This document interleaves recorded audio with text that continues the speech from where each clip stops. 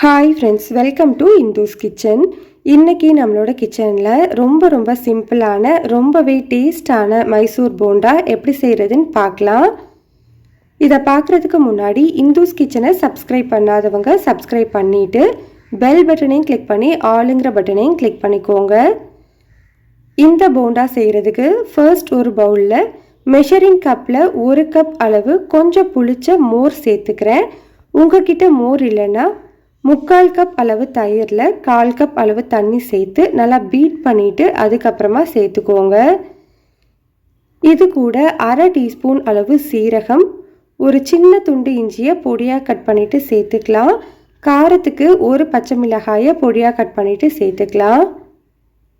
15 சின்ன வெங்காயத்தை நல்லா பொடியாக கட் பண்ணி எடுத்து வச்சுருக்கேன். நீங்கள் சின்ன வெங்காயம் சேர்க்கலை அப்படின்னா ஒரு பெரிய வெங்காயத்தை பொடியாக கட் பண்ணிவிட்டு சேர்த்துக்கோங்க.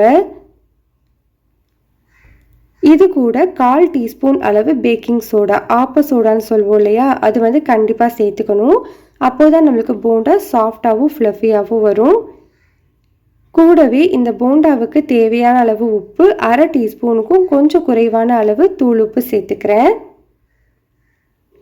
இப்போ இதை நல்லா மிக்ஸ் பண்ணதுக்கப்புறமா இது கூட மெஷரிங் கப்பில் 1 கப் அளவு மைதா சேர்த்துக்கிறேன். நீங்கள் மைதா சேர்க்குறதுக்கு பதிலாக கோதுமை மாவு கூட சேர்த்துக்கலாம். ஆனால் டேஸ்ட் கொஞ்சம் வித்தியாசமாக இருக்கும்.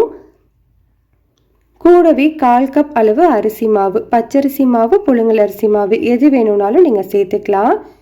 இது கூட கொஞ்சமாக கருவேப்பிலை சேர்த்துட்டு நல்லா மிக்ஸ் பண்ணி விட்டுக்கோங்க. மாவு கொஞ்சம் கெட்டியாக இருக்கிறதுனால நான் இது கூட 2 டேபிள் ஸ்பூன் அளவு தண்ணி சேர்த்துக்கிறேன்.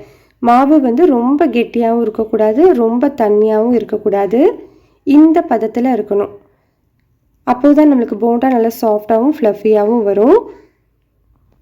இது கூட 2 டேபிள் ஸ்பூன் அளவு துருவின தேங்காய் சேர்த்துக்கலாம்.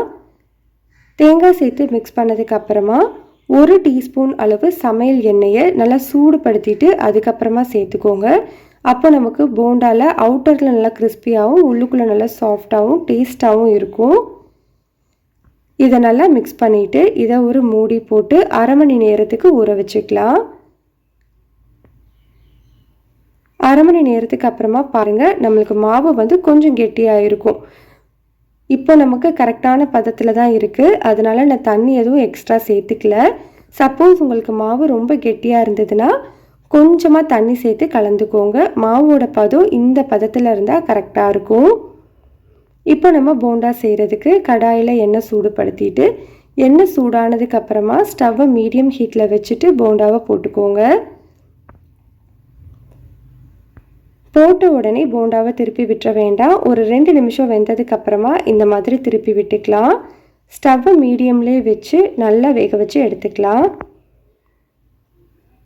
எல்லா சைடும் நல்லா ஈவனாக வெந்ததுக்கு அப்புறமா நம்ம எடுத்துடலாம். அவ்வளோதான், நம்மளுக்கு ரொம்ப சிம்பிளான டேஸ்டான மைசூர் போண்டா ரெடி ஆகிடுச்சு. கண்டிப்பாக இதை நீங்கள் ட்ரை பண்ணி பாருங்கள். பிடிச்சிருந்தால் லைக் பண்ணுங்கள், ஷேர் பண்ணுங்கள், கமெண்ட் பண்ணுங்கள்.